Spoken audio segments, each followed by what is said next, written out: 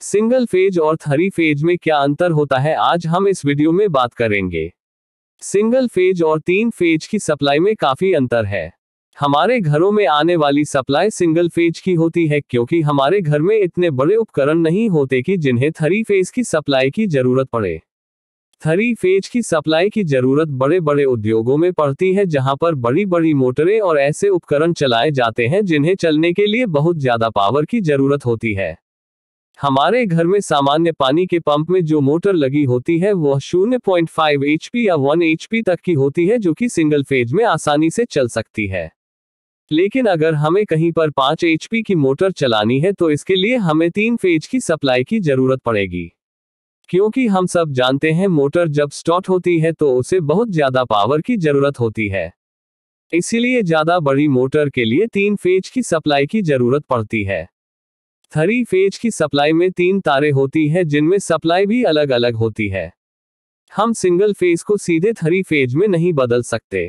Three phase की supply बनाने के लिए इलेक्ट्रिक जनरेटर में ही अलग कॉइल लगाई जाती है जिससे एक समय पर तीनों फेज बनाए जा सके। जैसा कि हम सब जानते हैं जब कॉइल मैग्नेटिक फील्ड में घूमती है तो वह बिजली बनाती है। तो इसीलिए इलेक्ट्रिसिटी जनरेटर में 3 अलग अलग कॉइल एक दूसरे से 120 डिग्री के कोण पर लगाई जाती है ताकि वह जब फेस को बनाए तो उनकी फ्रीक्वेंसी में भी 120 डिग्री का अंतर आए। सिंगल फेज की सप्लाई। सिंगल फेज की सप्लाई में 90 टू द पावर ऑफ 0 और 270 पर वोल्टेज में पीक्स आता है। जैसा कि हम सब जानते हैं सिंगल फेज के इलेक्ट्रिसिटी जनरेटर में एक कॉइल होती है जिससे सिर्फ एक फेज बनाया जा सकता है। लेकिन जनरेटर में जब कॉइल घूमती है तो कॉइल के दोनों टर्मिनल पर एसी सप्लाई जनरेट होती है। एसी सप्लाई की तारों में डीसी सप्लाई की तरह एक फिक्स सप्लाई नहीं होती, जैसे कि अगर ऐसी सप्लाई में एक टर्मिनल पॉजिटिव है तो दूसरा टर्मिनल नेगेटिव होगा।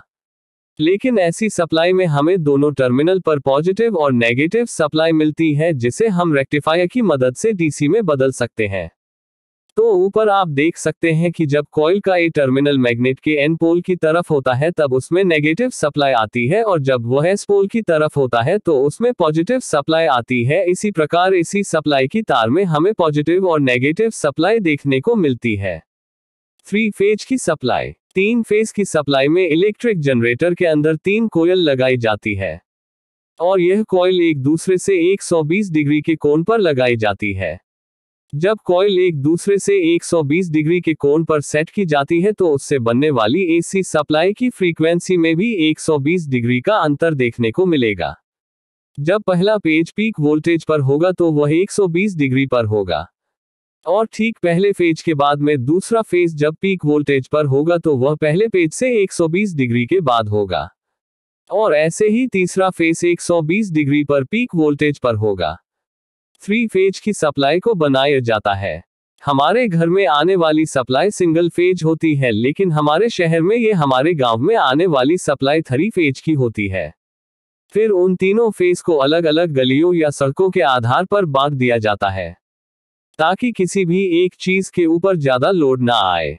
हमारे घर में ऐसे उपकरण नहीं होते जिन्हें थ्री फेज की सप्लाई की जरूरत हो, लेकिन अगर आपके घर में लोड एक समय पर काफी ज्यादा हो जाता है और आपका सिंगल फेज पर काम नहीं चलता तो आप थ्री फेज का कनेक्शन ले सकते हैं। लेकिन इससे पहले आपको कुछ बातें जान लेनी चाहिए। 3 फेज का कनेक्शन सिंगल फेज के कनेक्शन से 2 से 3 गुना महंगा होता है। थ्री फेज के कनेक्शन का बिल भी सिंगल फेज के कनेक्शन से कहीं ज्यादा आता है। थ्री फेज के उपकरण भी महंगे होते हैं। अगर आपके घर में ज्यादा लोड नहीं है तो आपके लिए सिंगल फेज का कनेक्शन काफी होगा।